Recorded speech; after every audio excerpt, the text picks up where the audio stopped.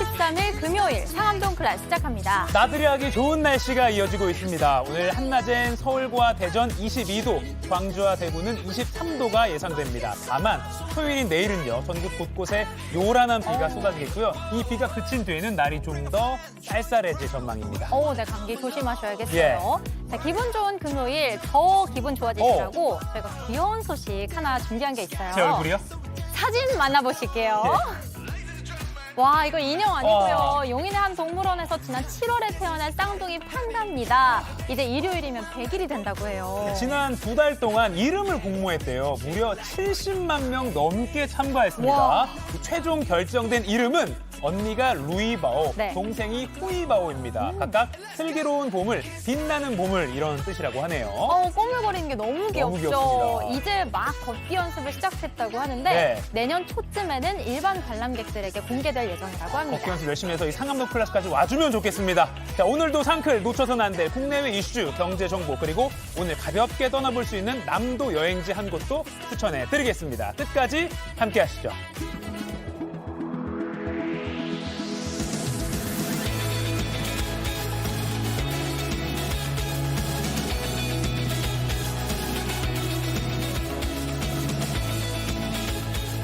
네, 생방송 상암동 클래스 유튜브 JTBC 뉴스 채널이나 네이버 뉴스 페이지에서도 실시간으로 함께 보실 수 있습니다. 도시락 이슈 이재승 기자, 김태인 기자 나왔습니다. 안녕하세요. 네, 안녕하세요. 안녕하세요. 네, 오늘도 꼭 알아야 할 소식들 알기 쉽게 전해드리는 도시락 이슈로 출발해 보겠습니다. 네. 첫 번째 이슈 뭘까요? 자, 첫 번째는요. 무차별 폭격입니다. 네네. 자, 하마스, 이스라엘 간의 전쟁으로 인한 사상자가 폭증하고 있습니다. 양측을 합쳐서 지금까지 3천 명 넘게 숨졌고 다친 사람까지 합치면 10,000명을 웃돌고 있습니다. 그러니까 지난 주말이었죠. 하마스의 기습 공격으로 시작된 이 이스라엘과의 전쟁이 이제 일주일이 다 되고 있습니다. 네. 이스라엘의 보복도 상당히 거셉니다. 이 가자 지구를 완전히 봉쇄하고 민간인이 대피한 그 유엔 보호소가 있는데 여기에도 폭격을 무차별적으로 가했다고요. 네, 이스라엘군은 그동안 가자 지구를 공습할 경우에 미리 대피 경고를 해왔습니다. 예. 자, 그러나 이번에는 이런 절차 없이 무차별 폭격을 하고 있습니다. 네. 영국 가디언 등 외신 보도에 따르면 민간인들이 피한 유엔의 보호소나 병원들도 폭격을 당했습니다. 이스라엘 군 당국의 이야기 들어보시죠. כל מקום שאנחנו יודעים שיש פעילי חמאס, מנהיגי חמאס, גם אם יש מגבלות, תוקפים, צה"ל עובד נכון, הוא עושה את הדברים מדויק, אבל מאוד מאוד חזק. 네, 현재 가자 지구는 전력과 식수, 의약품 공급이 모두 끊긴 상황인데요. 이런 상황에서 이집트가 이스라엘과 팔레스타인 측에 6시간 휴전을 제안했다는 현재 언론 보도도 나왔습니다. 네. 자, 휴전을 제안한 이유, 가자 지구에 인도적 지원을 제공하기 위한 목적이라고 하는데요. 하마스가 통치하고 있는 가자 지구는 민간인 피해가 좀 커지고 있는 상황이라서 네. 현재 상황이 어떤지 이 주민의 목소리도 한번 들어보시죠. 네. لأنه الآن في مقومات الحياة انعدمت الحياة في قطاع غزة 6시간 짧은 휴전이지만 이거라도 좀 성사가 되면 네. 필수품, 구급품들, 구호물품이 좀 전달될 수 있겠는데 휴전 성사가 될까요? 네, 이 가자 지구에서는 민간인들의 삶이 지금 굉장히 힘들고 막막한 상황인데요. 예. 자, 그러나 휴전이 성사되기는 좀 어려워 보입니다. 이스라엘은 구호물자를 반입하라는 국제사회의 촉구에도 인질들이 풀려나기 전까지는 물도 전기도 없다면서 인도적 지원을 기대하지 말라고 목소리를 높였습니다. 예. 자, 이스라엘은 예비군을 비롯한 군 전력을 가자 지구 접경에 모두 집결시키고 지상전을 시작할 준비를 사실상 끝낸 그런 상황으로 알려졌고요. 하마스도 우리도 싸울 준비가 돼 있다라는 입장이라 애꿎은 민간인 피해만 늘어날 걸로 보입니다. 예. 그리고 또 다른 한쪽에서는 이스라엘이 시리아 공습까지 감행했다라는 보도도 나오고 있더라고요. 전쟁이 앞으로 더 커지는 건 아닌지 지금 되게 우려스럽거든요. 그러니까요. 다른 나라까지도 이제 서로 갈등을 빚고 있는 건데 이번 전쟁이 인근 국가들로 이렇게 확산되면서 제5차 중동 전쟁으로까지 될지 걱정이 커지고 있습니다. 네. 우리 국민들의 상황도 좀 궁금합니다. 거기에 이제 교민들도 있고 여행객들 일부는 돌아왔지만 아직 남아있는 분들도 있고요. 예. 정부가 이르면 오늘 이스라엘에 항공기를 다시 또 보낸다는 소식도 있는데 이건 어떻게 진행되고 있습니까? 네, 현재 이 교민이나 한국인 여행객들에 대한 직접적인 피해는 없는 것으로 파악이 됐는데요. 네. 자, 우리 정부가 이스라엘에서 귀국을 희망하는 여행자와 재외국민을 돕기 위해서 항공기를 급파하기로 했습니다. 자, 이르면 오늘 밤에 출발할 것으로 보이는데요. 이스라엘에 체류 중인 우리 국민 수 장단기 체류자를 합쳐서 모두 720명가량으로 전해졌습니다. 네. 남아있는 우리 국민들 무사히 잘 돌아왔으면 좋겠고요. 이 가자 지구를 둘러싼 이 상황 정말 말 그대로 일촉즉발의 상황이거든요. 예. 이 상황이 하루빨리 좀 수습되기를 바라는 마음입니다. 네, 다음 이슈 전해주시죠. 네, 다음은요. 뉴욕, 베를린처럼입니다. 자, 길거리에 쓰레기를 버릴 곳이 없다고 호소하는 시민이 늘고 있습니다. 예. 자, 서울시가 뉴욕이나 베를린처럼 길거리 쓰레기통을 단계적으로 늘려가기로 했습니다. 자, 거리 한복판의 모습인데요. 일회용 컵이 나뒹구는 그런 거리의 모습입니다. 네. 자, 골목 구석구석 없는 곳이 없습니다. 또 이렇게 올려놓는 그런 일회용 컵도 보이는데 어떻게 올려놨는지 참 알기도 어려운 그런 상황도 있고요. 농구 선수인가요? 저기까지 어떻게 올려놓죠? 거기 어떻게 네네. 올렸죠? 자, 인적이 드문 공간에 쌓이는 이러한 일회용 컵들, 또 인적이 또 많은 곳으로 많이 보이기도 하고요. 자, 안에는 담배꽁초까지 들어 있습니다. 한 시민이 컵을 버리고 갔는데 뭐라고 이유를 말했을까요? 들어보시죠. 네. 방금 이렇게 컵 같은 거 두신 것 같아서 이미 있길래 네, 원래 그게 맞잖아요. 쓰레기통에 버리시는 게 근데 쓰레기통이 많이 없기도 하고 뭐라도 가지고 가야 되는 거 아니냐라고 하셨을 때 선생님께서는 또 이게 설명해 주실 말씀이 있으실까요? 정론이라고 할 말은 없죠. 그러니까 뭐 일단 길거리에 쓰레기를 무단으로 버리지 않는 게 맞는데 예. 사실 저도 이렇게 쓰레기를 계속 손에 쥐고 다니다가 쓰레기통 찾다가 끝난 적도 있거든요. 맞아요. 집까지 가져간 적도 있는데 원래 버린 적도 있죠. 네? 예, 알겠습니다. 이 시민들의 요구가 좀 많이 설치해달라라는 요구가 좀 많이 있었어요. 맞아요. 그렇죠? 네, 저도 맞습니다. 그중에 한 사람이고요. 네. 난감하거든요. 저도 한 사람입니다. 네. 집까지 가져간 쓰레기를 가져간 예, 한 예. 사람입니다. 네, 잘 기억해 보면 우리가 1990 초까지는 꽤 쓰레기통이 여기저기 많았거든요. 자, 그러다가 1995년에 쓰레기 종량제가 도입된 뒤에 매년 쓰레기통이 줄어들었습니다. 그렇죠. 종량제. 그러니까 그렇죠. 돈 내고 쓰레기를 버리게 되니까. 그러니까 네, 그래서 네. 길거리 쓰레기통에다가 집에서 나온 쓰레기를 버리는 비양심 시민들이 많이 생기니까 구청들이 아예 이 거리에 있는 쓰레기통을 없애기 시작한 거죠. 예, 예. 자, 길거리 쓰레기통이 사라지니까 난감한 것은 우리나라 사람뿐만이 아닙니다. 외국 관광객들도 난감함을 표할 때가 많았습니다. 들어보시죠. 예. So we have a lot more. Like we have one like every, I don't know, 50 to 100 meters. We walk through the street and try to find a trash can a lot here. 그러니까 좀 적절하게 쓰레기통 양이 좀 늘어나야 될 것 같긴 합니다. 네. 앞으로 서울 거리 쓰레기통이 좀 늘게 될까요? 어떻게 될까요? 네, 그렇습니다. 좀 늘어난다는 그런 서울시 얘기가 있는데요. 네. 자, 서울시에 따르면 서울시에 있는 쓰레기통 현재 4,956개고요. 올해 안에 5,500개, 그리고 내후년에는 7,500개까지 늘린다는 계획입니다. 예. 자, 그렇다고 집에 있는 쓰레기 길거리 쓰레기통에 버려서는 안 되겠습니다. 네, 그러니까 길 가다가 어쩔 수 없이 버려야 할 때만 이용하는 걸로 그렇게 네. 하죠. 알겠습니다. 다음 이슈 또 전해주시죠. 네, 다음은요. 아무도 못 갑니다.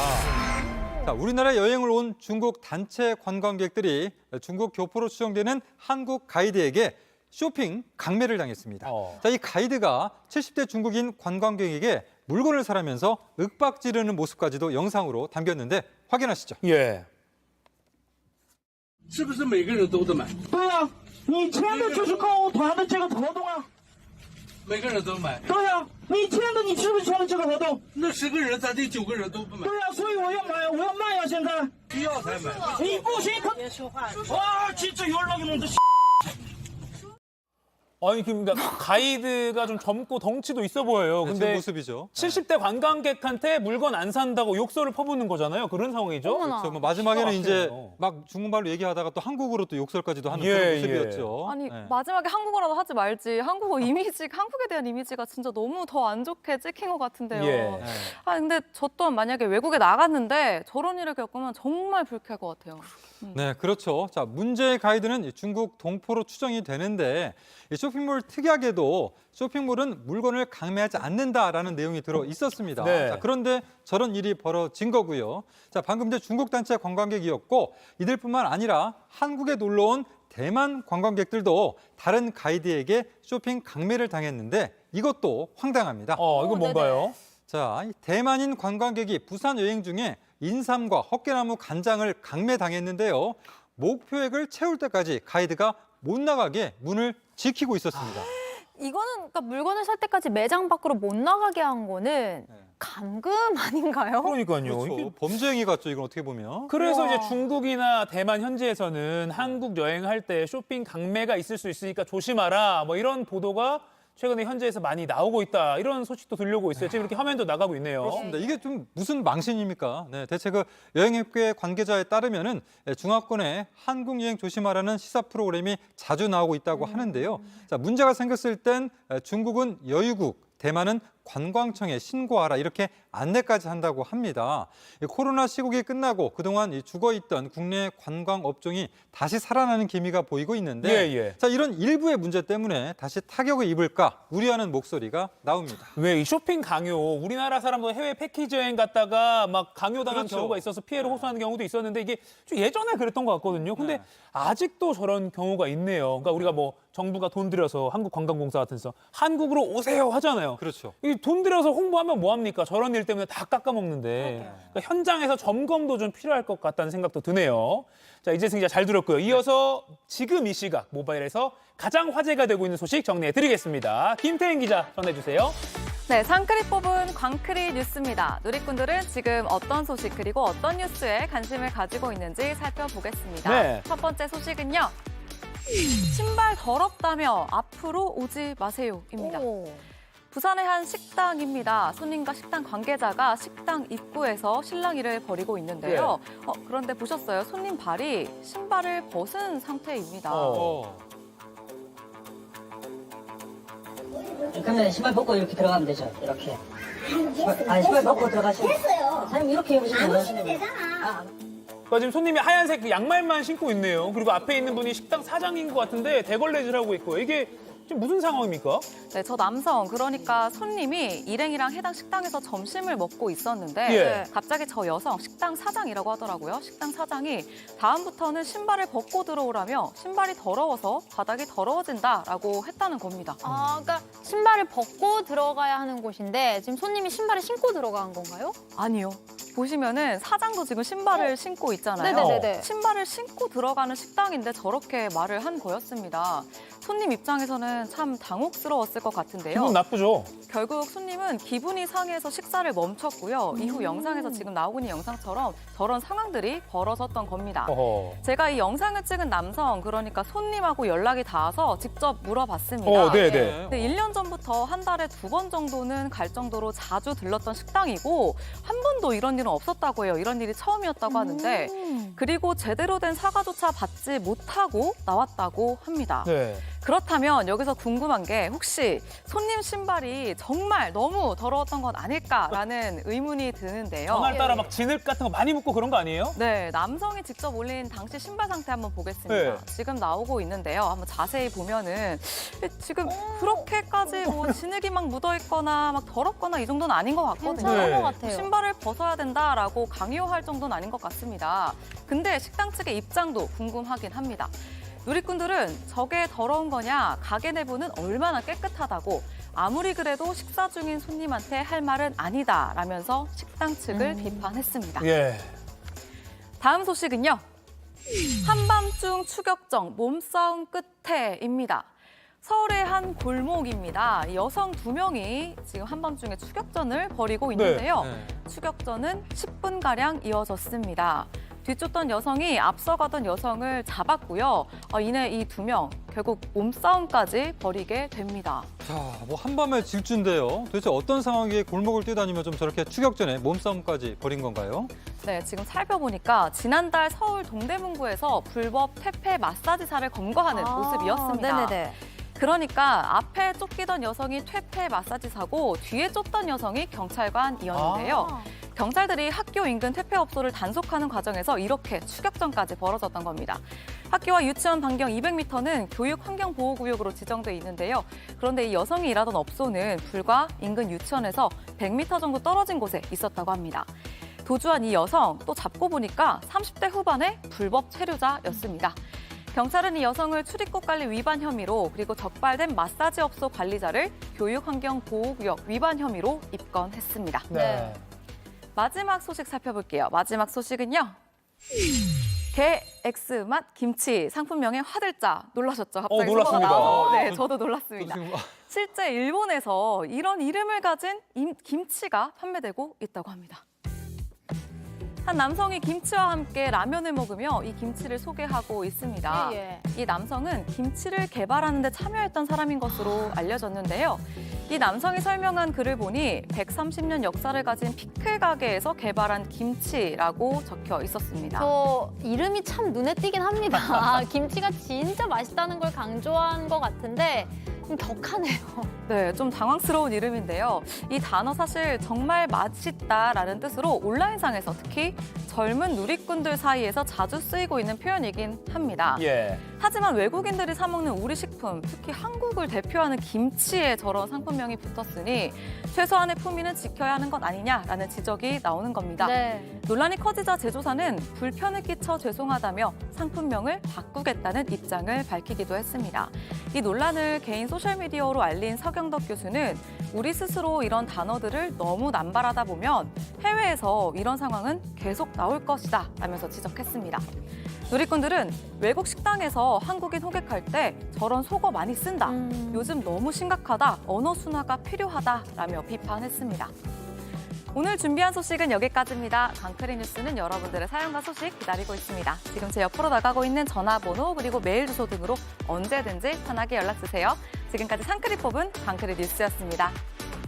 네, 김태인 기자 잘 들었습니다. 내년 국회의원 선거가 4월 12일입니다. 얼마 안 남았네요. 네, 이제 국감이 마무리되면 이제 11월부터는 정치권이 본격적인 총선 모드에 들어갈 걸로 보이는데요. 네. 그래서 이 상암동 클래스에서도 매주 정치권 소식들 그리고 이 시각 들어오는 속보까지 알기 쉽게 전해드리려고 마련을 했습니다. 네. 자, 박유미 기자 연결해 보겠습니다. 네, 박 기자 나와 있죠. 이번 주에 국정감사가 시작됐습니다. 근데 뭐 역시나 기사를 찾아보니까 뭐 파행, 고성, 뭐 역시나 그렇죠. 네, 어제 열렸던 국회 환경노동위원회 국감도 그랬습니다.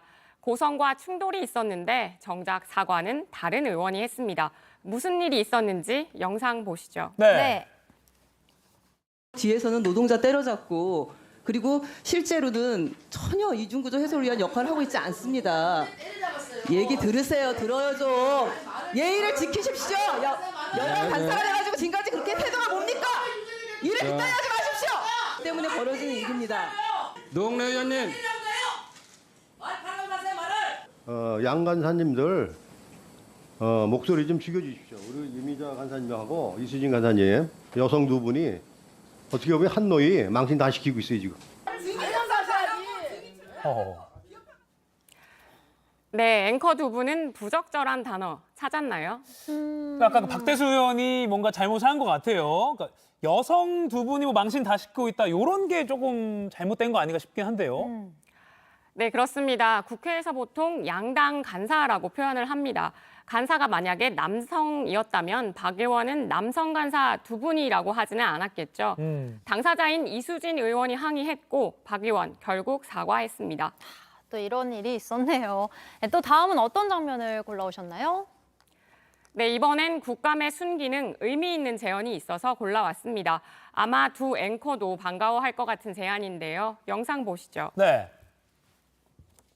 청년 기본법 보시면 이제 19세에서 34세인데 35세부터 이제 뭐 장년, 중년이 되는 개념이 되는데 청년 도약계좌 같이 이렇게 청년들에게 도움을 좀 주는 이런 그 계좌는 그 은행들이 뭐 누가 시키지 않아도 칼같이 34세까지만 딱 끊어서 이렇게 도움을 주는데 이걸 조금 더 늘려서 혜택을 조금 더 많이 해도 좋을 것 같은데 출산도 늦어지고 그다음에 또 취직도 늦어지고 또 결혼도 늦어지고 하는 이제 세태와 함께 또 여러 가지 그 국민연금에 대한 거라든 거를 반영해서 39세 정도로 한번 청년 기준 연령을 가져가면 어떠냐.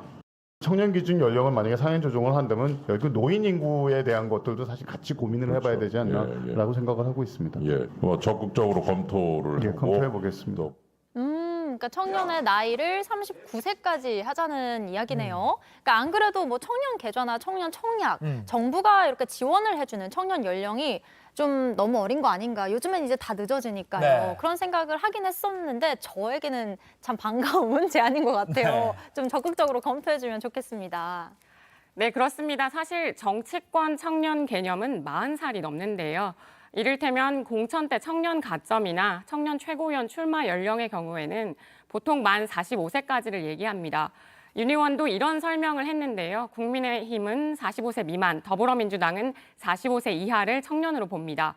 또 해양수산부는 청년 어업 관련해선 49세까지를 청년으로 본다고 하네요. 네. 제가 또 윤창현 의원과 좀 전에 통화를 해봤는데요. 반갑게도 관련 입법을 준비하고 있다고 합니다. 네. 청년 연령과 맞물려서 노인 연령에 대한 사회적 논의가 정치권에서부터 본격 시작되면 좋겠다는 생각을 해봤습니다. 이거 보시는 시청자분들 예순도 청년이요 하실 수도 있을 것 같긴 한데 아무튼요. 네. 그리고 오늘도 국감 계속 이어지죠? 네, 오늘은 법사위와 행안위 등 10개 상임위에서 국정감사가 열립니다. 법사위에서는 감사원을 상대로 문재인 정부의 통계 조작 감사 결과를 놓고 행안위에서는 선관위의 보안 취약성 등을 놓고 여야가 치열한 공방을 벌일 걸로 보입니다. 네, 박유미 기자 잘 들었습니다.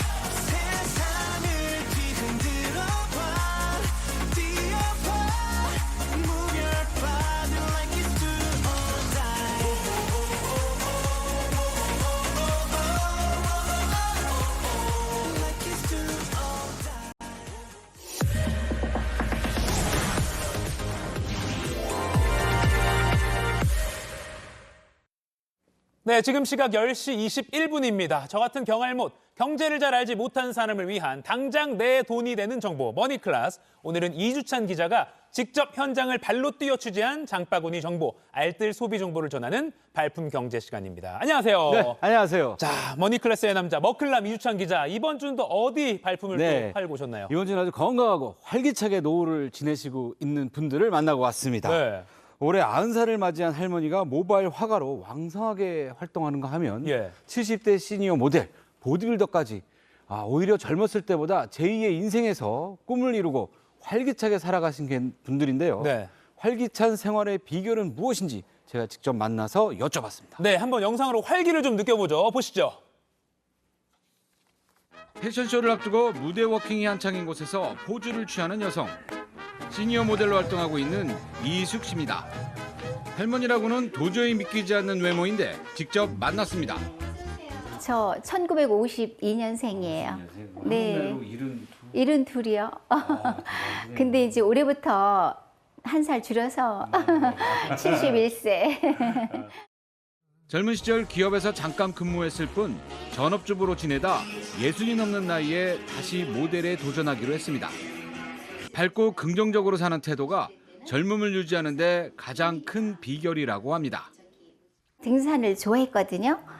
근데 이제 지금은 주로 걷는 게 제일 좋다 그래요. 우리 나이에는 저녁에 남편이랑 배드민턴 치고 그래요. 40대 때는 주로 이제 건강 댄스로다가 몸매를 관리를 했거든요.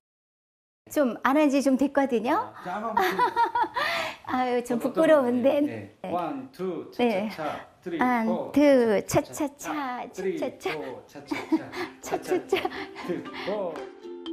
몸에 좋다는 건강식을 따로 챙겨 먹기보다는 아침에는 주로 채소와 과일, 견과류를 먹고 점심과 저녁은 잡곡밥을 기본으로 골고루 차려 먹습니다. 잘 웃으시고 네. 이런 것들이 더 네. 젊음의 비결이다. 네. 그 대신 이제 웃으면 주름이 많이 가요, 이런데.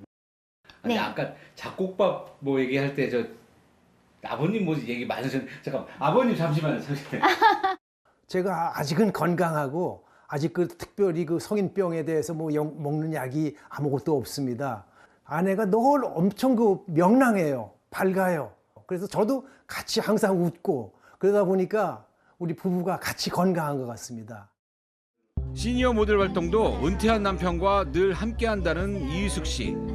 바빴던 젊은 시절에 못다한 데이트를 즐기는 것도 젊음과 건강을 유지하는 비법이라고 전해줬습니다. 섬세한 붓터치와 화려하지만 따뜻해 보이는 색감.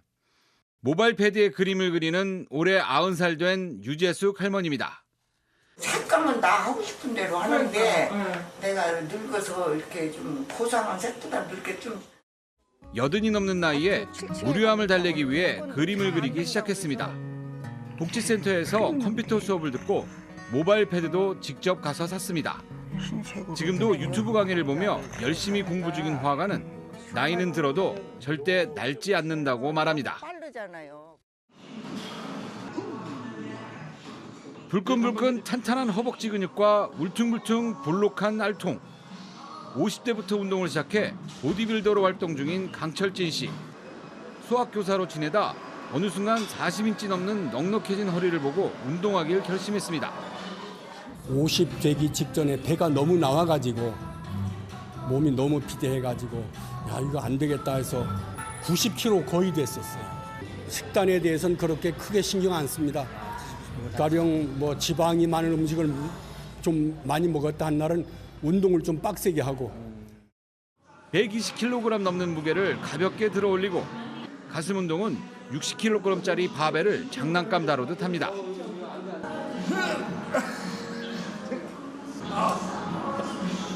운동 외에도 악기 연주와 어학 공부, 특히 요즘은 유튜브 채널을 운영하며 시니어들이 쉽게 피트니스를 배울 수 있는 콘텐츠를 만들며 늙을 시간이 없다고 전합니다. 네, 아까 그 이의숙 시니어 모델님은 아까 채소를 많이 드신다고 했는데 그 인터뷰하면서 왜 본인이 계속 채소를 드시는 건가요? 저도 모르게 손이 갔든지 하면서 보니까 먹고 있는데. 아, 그리고 유재숙 화가님 90살이 되셨는데 네네. 이분은 워낙 온라인에서 이미 유명하신 분이더라고요. 근데 네네. 이분 도전하신 게 80이 이미 넘은 상태에서 80이 넘어서 도전을 했고요. 네네. 심심해서 무료에서 시작했다고 하시는데 네. 아이패드도 80 넘어서 혼자 가셨는데 처음에는 매장에서 점원이 따님하고 오라고 손살을 칠 정도로 웃지 못할 사연도 있었다고 해요. 태블릿을 사러 가니까. 예. 사러 왔다니까. 뭐. 그럴 정도로 있는데 요즘에 욜드족이라는 말도 있습니다. 욜드족. 예, 올드 네. 말고요. 욜드. 젊은 영과 노인의 올드를 합친 신조어입니다. 예, 능동적인 소비 경향, 적극적인 도전 정신. 이렇게 활동적으로 젊게 사는 시니어를 일컬는 말인데요. 네. 영상으로 만나보신 분들이 이제 욜드족이다 이렇게 볼 수 있겠죠. 예. 하지만 모든 분들이 이런 것은 아닙니다.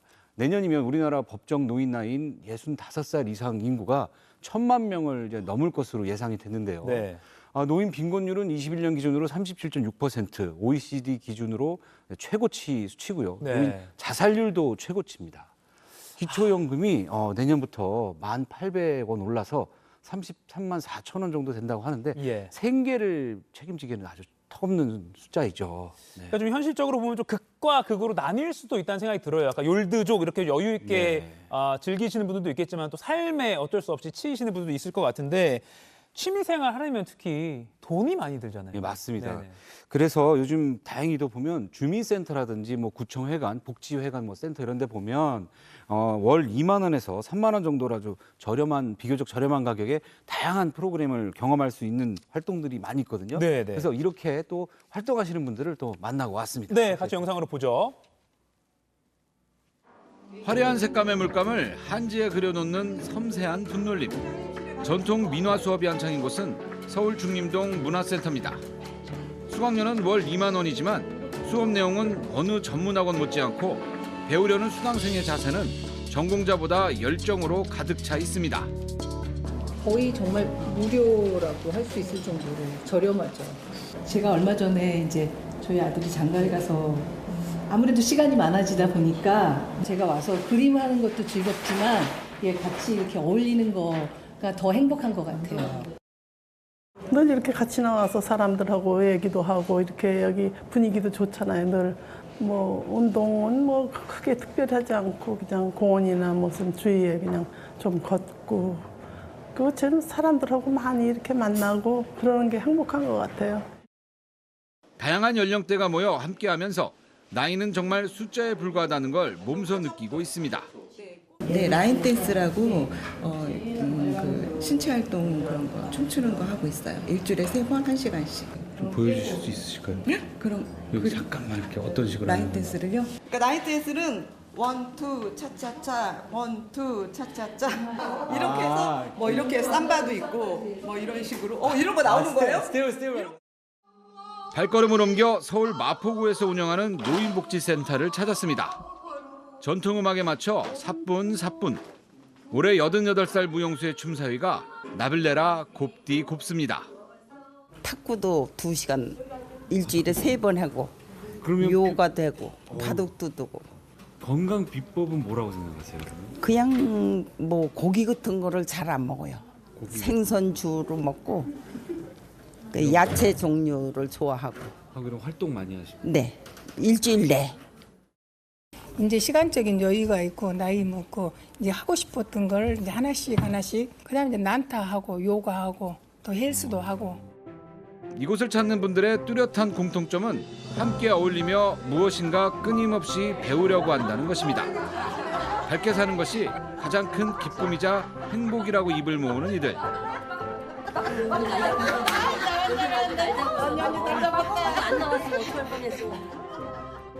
전문 역시 새로운 것을 배우려는 자세가 노년에 무엇보다 중요하다고 강조합니다. 나이가 들어갈수록 최근 기억은 점점 떨어지고 예전 기억은 점점 더 생생해집니다. 그 기억에 살아가게 돼요.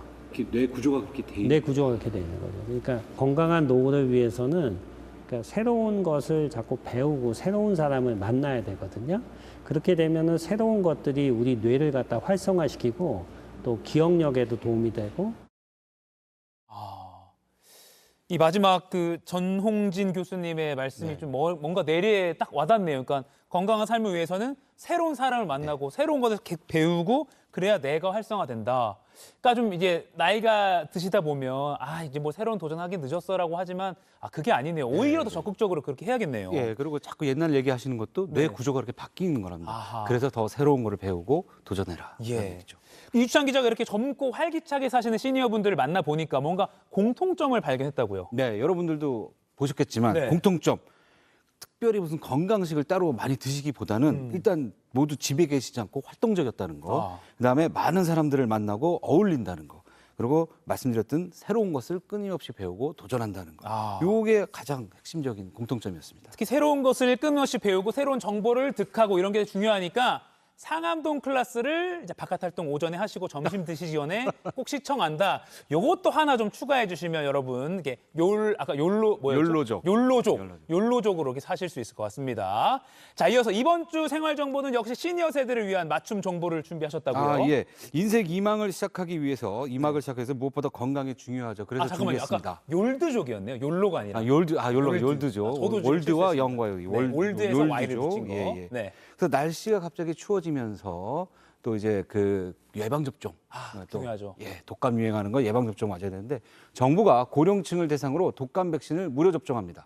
75살 이상 어르신들은 이번 주부터 받으실 수 있고요. 70살에서 74살까지는 다음 주 월요일부터 16일부터 65살에서 69살은 다음 주 목요일부터 접종 받으실 수 있습니다.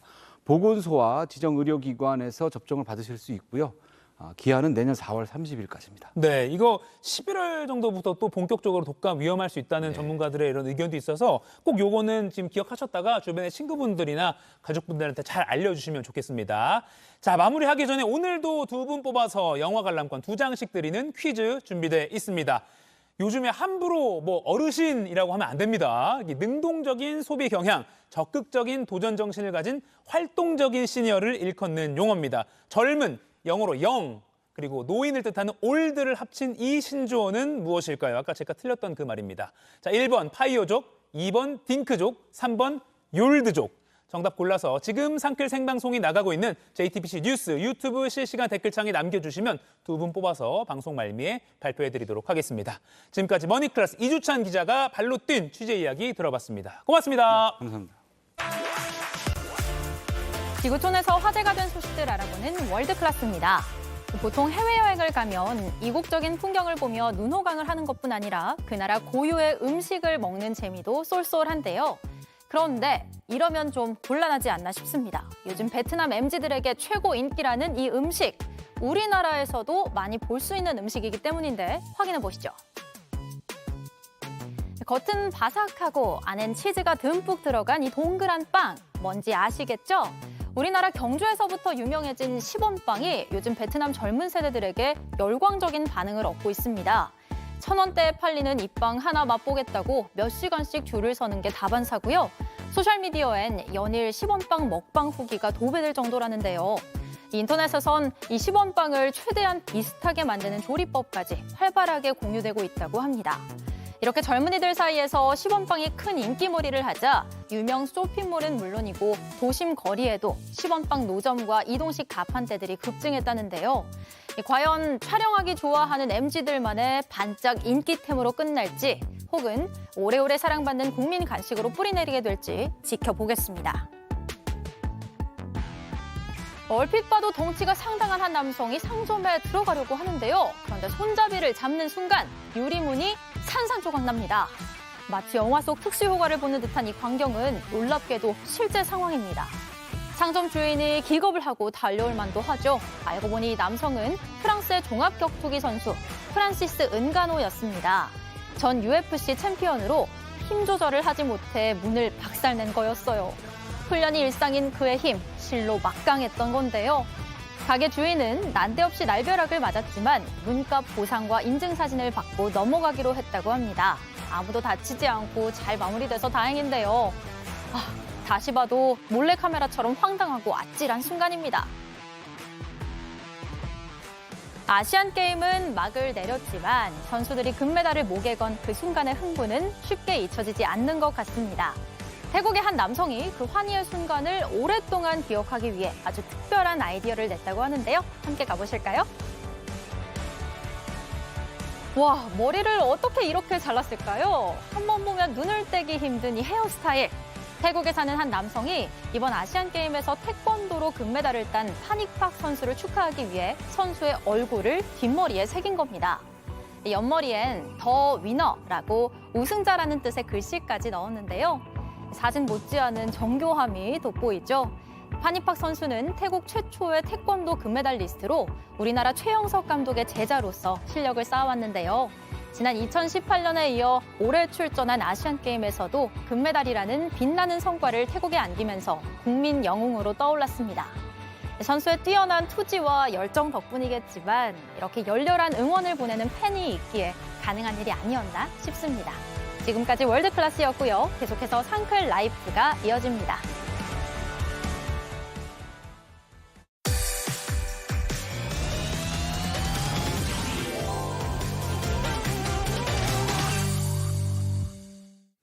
네, 상클 라이프 시작합니다. 오늘은 여행으로 우리 상클 가족 여러분들의 일상에 휴식을 선물해 드립니다. 오늘 우리의 여행 길잡이가 되어주실 분 영상으로 먼저 만나보겠습니다. 네.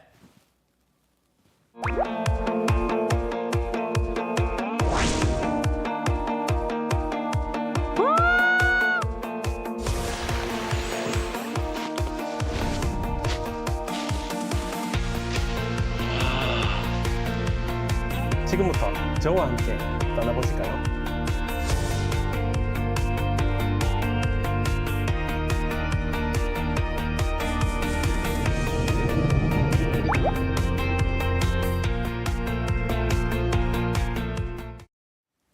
대한민국 방방곡곡을 아름다운 영상으로 담아내는 여행 작가이자 유튜버 킴스트래블 작가님 모셨습니다. 안녕하세요. 안녕하세요, 작가님. 네. 야, 또 영상으로 이렇게 기회를 한번 죽이셨어요, 저희를. 시원한 영상을. 네. 이 시간 기다리시는 분들 아마 많으실 맞습니다. 거예요. 참 덥지도 춥지도 않은 딱 날씨 좋은 네. 이 가을 이맘때가 여행하기에 참 좋은 시기잖아요. 맞습니다. 오늘 해외 말고 국내에서 또 어디론가 떠나고 싶은 분들 눈여겨보시면 좋을 것 같습니다. 네. 자, 작가님 오늘 어디 소개해 주실 네, 건가요? 오늘은 산, 바다, 그리고 먹거리, 야경까지 즐길 수 있는 빛나는 광양. 제가 광양편을 소개해드리려고 광양을 준비해왔습니다. 빛나는 광양, 전남 광양 하면 저는 이제 광양 제철소 일단 예, 예. 생각나고요. 그리고 봄에 매화 축제도 유명한 걸로 알고 있어요. 맞습니다. 이게 보통 우리 광양하면 광양 제철소랑 매화가 전부 다인 줄 알고 여행을 다른 계절에는 여행을 많이 안 가세요. 그런데 제가 작년 가을에 미리 다녀와서 예. 영상을 올 가을 여행을 미리 제가 보여드리는데 제가 광양의 가을에 찾았는데 너무 아름답더라고요. 제가 전국을 많이 다니잖아요. 네네네. 근데 그 중에서 손에 꼽을 만큼 정말 아름다운 가을 여행지가 또 광양이 아닌가 해서 오늘 광양의 여러 가을 포인트들을 소개해드리려고 합니다. 광양의 가을, 야 지금 벌써 나오고 있습니다.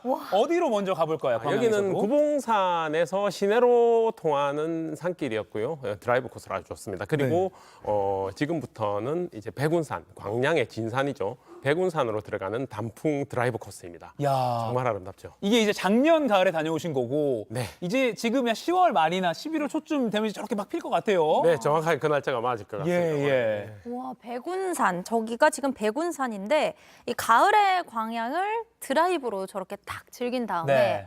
이 단풍으로 딱 모든 게 이렇게 붉게 노랗게 물든 산을 그렇게 딱 즐기면 네. 너무 좋을 것 같다는 생각이 네네. 들거든요.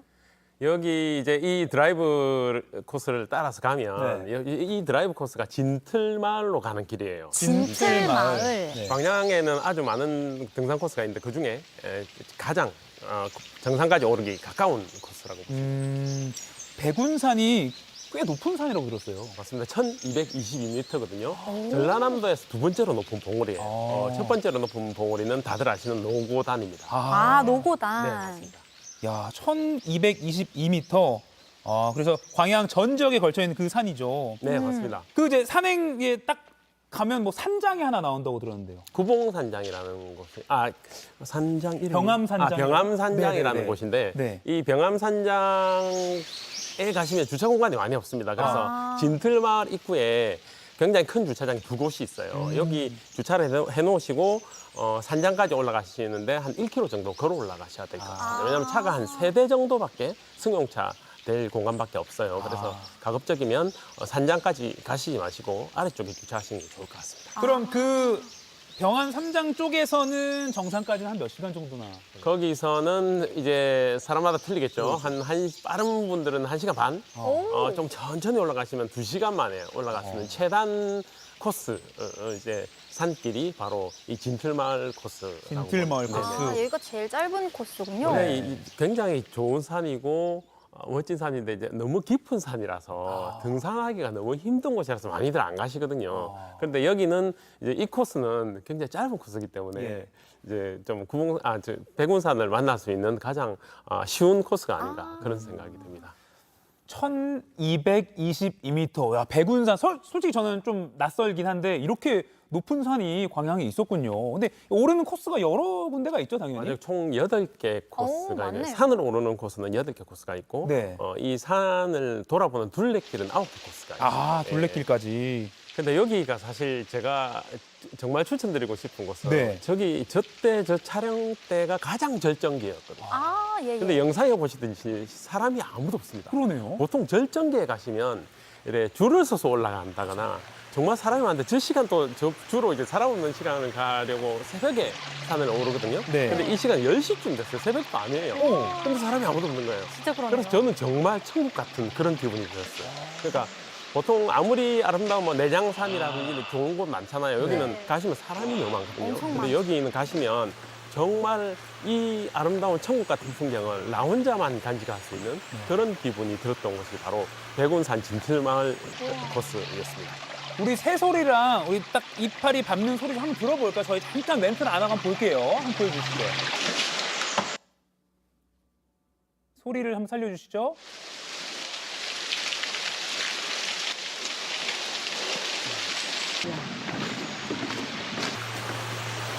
뭔가 콧구멍으로 약간 찬바람 들어오는 그런 괜한 그런 착각이 듭니다.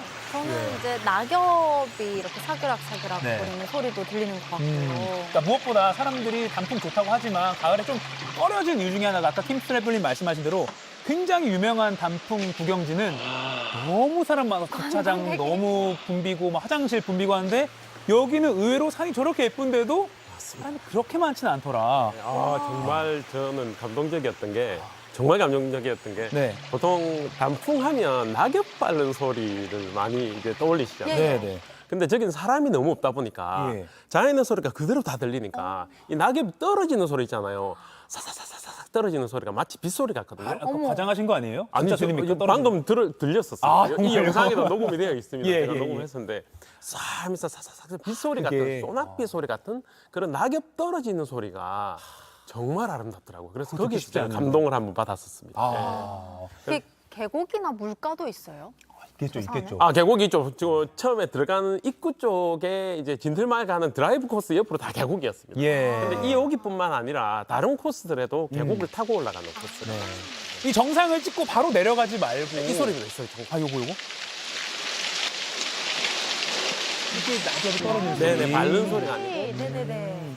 근데 꼭 어디 들리라고 추천해 주실 만한 곳이 있다면서요? 정상에서 바로 내려가지 말고. 네네. 정상까지 가시면 정상도 360도로 탁 트인, 왜냐면 고도가 높으니까 모든 게 발 아래에 펼쳐지거든요. 360도로 탁 트인 전망을 만날 수가 있지만 더 멋진 곳이 신선대라는 곳입니다. 신선대. 신선봉이라는데 여기는 마치 지금 올라가시는 거는 이제 정상이고 백운산 정상이고요. 이 정상도 보시다시피 이제 360도로 탁 트인 풍경이 정말 시원하게 펼쳐집니다. 여기서 지리산도 보이고요. 정말 여기 반대편이 이제 그 유명한 광양 매화마을이 있는 쪽이에요. 네, 매화마을. 네, 요 반대편은 그 반대편은 시내가 있는 쪽이고요. 이 능선을 따라서 15분만 걸어 올라가시면 이제 신선봉, 신선대를 만날 수가 있습니다. 백운산 정상에서 신선대로 가는 거군요. 네네네. 여기 한 15분 정도만 걸어가시면 만날 수 있기 때문에 꼭 같이 가보시기 바라시고요. 이 신선대가 사실 우리나라의 많은 명산들에는 신선대라는 이름이 굉장히 많이 붙어 있는 곳이 많아요. 왜 그러냐면 그만큼 이 산에서는 이만큼 더 신선이 놀았을 만큼 아름다운 곳이다 이런 표현이라고 보시면 되는데 여기에는 마치 이제 봉우리 위에 서면 여기서 조금만 더 내려가면 조금 있다가 영상에 나올 건데요. 마치 벼랑 끝에 서 있는 느낌. 저기가 벼랑 끝에 서 있는 느낌인데 마치 하늘과 맞닿은 풍경을 여기서 많이 신선들이 여기서 이제 바둑을 뒀을 것 같은 그런 느낌이 드는 정말 멋진 곳이니까 스릴도 있고. 구도 때문에도 더 그렇게 보이는 것 같아요. 와, 진짜 마치 너무 벼랑 끝에 앉아 계신 것 같은데. 여기는 진짜 벼랑이 맞습니다. 벼랑 끝이 아니고 구도가 아니고 진짜 벼랑 끝인데 정말 가슴이 탁 트일 것만 같은 감동적인 장소가 저 신선대가 아닌가 생각합니다. 백운산 정상에서 신선대까지 알아봤고 다음에는 이제 섬으로도 가본다고요? 네네, 섬도 있습니다. 여기 강양에 가서 섬도 있는데 섬이 우리가 생각하는 아주 큰 그런 섬은 아니고 아주 꼭지점 같은 섬, 작은 섬인데 배알도라는 섬인데요. 여기가 이제 섬진강과 이제 남해 바다가 만나는 딱 그 지점에 점을 하나 콕 찍어놓은 것처럼 꼭지점처럼 아주 작은 섬이 바로 배알도라는 섬인데 여기 이제 다리로 연결돼 있어요. 인도교 두 개로 연결돼 있어서 걸어 들어가실 수 있는 곳입니다. 네, 배알도 지금 보니까 해맞이 다리라고 이름이 나오고 있네요. 맞습니다. 두 개의 다리 중에 첫 번째로 갔던 다리가 해맞이 다리고요. 이 해맞이 다리고 다음 다리가 이제 별해는 다리인데 이 다리에 이름이 붙여져 있는 그 사연이 또 조금 있으면 제가 설명할 건데 그런 이유가 있습니다. 마치 시적인 표현 같죠. 다리 이름이 그렇습니다. 그럼 저렇게 해맞이 다리를 통해서 배알도로 들어가면 어떤 걸 볼 수 있어요? 배알도 들어가시면 원래 배알도가 아주 작은 섬일 뿐이었는데 지금 이제 조경 시설도 잘 돼 있고요. 나무도 많이 새로 심고 아주 낮은 봉우리 정상에 정자도 세워놨고요. 그다음 배알도라고 적혀 있는 지금 나오죠. 여기가 이제 포토존으로 아주 SNS에서 인기가 많은 이제 그런 장소입니다. 킴스리블리 멘트와 영상이 찰떡처럼 맞죠? 제가 기다렸습니다. 네네네. 아까 전에 이제 다리에 얽힌 이야기가 있다라고 하셨잖아요. 그 이야기가 뭐예요? 여기서 사실 요 수변공원부터 시작해서 배알도 수변공원이 반대편에 있는데 수변공원부터 시작해서 이 배알도로 들어갔다가 또 해맞이 다리, 별해는 다리를 지나서 망독포구까지 갔다가 망독포구에서 이어지는 윤동주 유구보존 가옥이 따로 있습니다. 그래서 이 코스가 풀코스가 약 1.5km에서 2km 사이쯤 되는데 거리가 이 거리를 트레킹을 하면서 이제 섬도 만나고 포구도 만나고 아름다운 문학기행도 할 수 있는 이런 아주 사실 1.5km 정도면 크게 긴 거리 아니잖아요. 이 짧은 거리를 걸으면서 다양한 것들을 만날 수 있는 코스가 바로 이 코스입니다. 지금 화면에 이제 별해는 다리가 나오고 있습니다. 맞습니다. 그리고 아까 말씀하신 이걸 건너면 망덕포구가 나온다. 네네, 맞아요. 아까 윤동주 시인 잠깐 말씀하셨는데 저기가 그러니까 별해는 밤으로 유명한 시인이 윤동주 시인이잖아요. 맞습니다. 그 생전에 쓴 원고가 보관된 곳이 나온다고요? 맞습니다.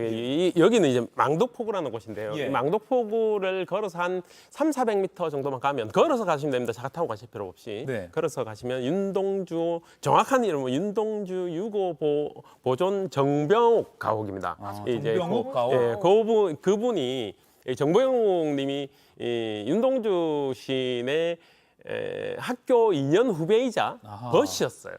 친구였죠. 친구였는데 이제 사실 그 일제 강점기 때 그 시집을 이제 지어놨는데 네. 이것을 그때 당시 발표를 하면 이렇게 어떤 제재를 받을 수 있잖아요. 네.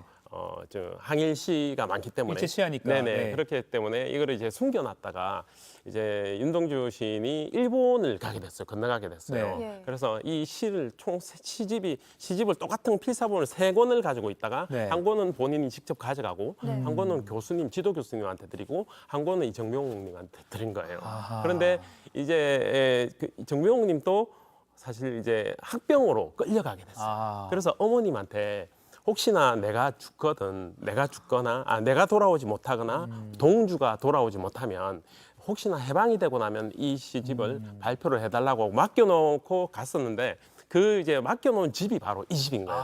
그래서 만약에 이 집이 없었다면 우리가 아는 그 서시라든지 이런 다양한 시들을 우리가 직접 볼 수가 없었겠죠. 없을 수도 있겠네요. 예, 지금 이렇게 그래서- 나오는 게 그 친필이 쓰인 그 원고군요. 맞습니다. 예, 아, 실제 역- 원고입니다. 역사적인 의미가 있는 곳이에요. 또 네. 그 별에는 밤이라는 시의 배경이 가을인데 이 가을날 꼭 한번 가보시면 좋을 것 같아요. 맞습니다. 시가 네. 또 가을에 어울리는 시들이죠. 네. 예, 다음으로 소개해 주실 곳 어딘가요?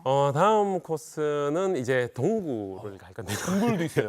이 동굴이 이제 실제 동굴 아닌 인공 동굴이죠. 네. 이 동굴은 원래 터널이었습니다. 원래 이 강양 제철소가 유명하죠. 네. 네네네. 이 제철소로 이제 운반이 되는 제철선, 이제 기차가 화물선이 다니던 동굴이었어요. 근데 지금은 이제 또 기차는 안 다니고 네. 예, 와인 동굴로 만들었는데 전국적으로 와인 동굴이 굉장히 많죠.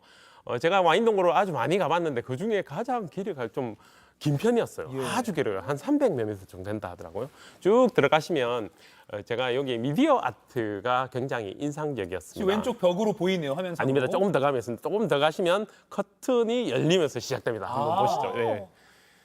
예, 지금 이렇게 뭐 하트 조형물도 있고 네, 여기 동굴이 커튼- 굉장히 깊습니다. 이 미디어 아트가 굉장히 인상적이었는데 네. 이게 봄, 여름, 가을, 겨울을 표현한 아주 마치 시적인 그런 영상물이에요. 근데 제가 지금 음원 저작권 문제로 음악이라든지 음향 효과는 들어가지 않았는데 여기 봄, 여름, 가을, 겨울이 풍경이 변하면서 네. 그 불벌레 소리, 바람 소리, 눈 내리는 소리, 다양한 소리를 함께 들을 수 있는 커튼 사이로 이렇게 지나가면서 미디어 쇼를 볼 수 있는 아주 인상적인 곳이에요. 예, 광양에 와인 동굴도 있습니다. 자, 지금 단풍 드라이브 코스 봤죠? 산 봤죠? 섬 봤죠? 다리. 동굴 봤죠? 다리 네. 봤죠? 이번에는 이제 광양이 낮과 밤이 빛나는 광양이라고 했잖아요. 네, 맞습니다. 아름다운 밤의 풍경도 소개해 주신다고요. 광양은 사실 일출부터 일몰 그리고 야경까지 아름다운 곳이에요. 네. 이른 아침부터 밤 늦게까지 여행을 할 수 있는 곳이죠. 야경 코스들은요 이순신대교 야경입니다. 야.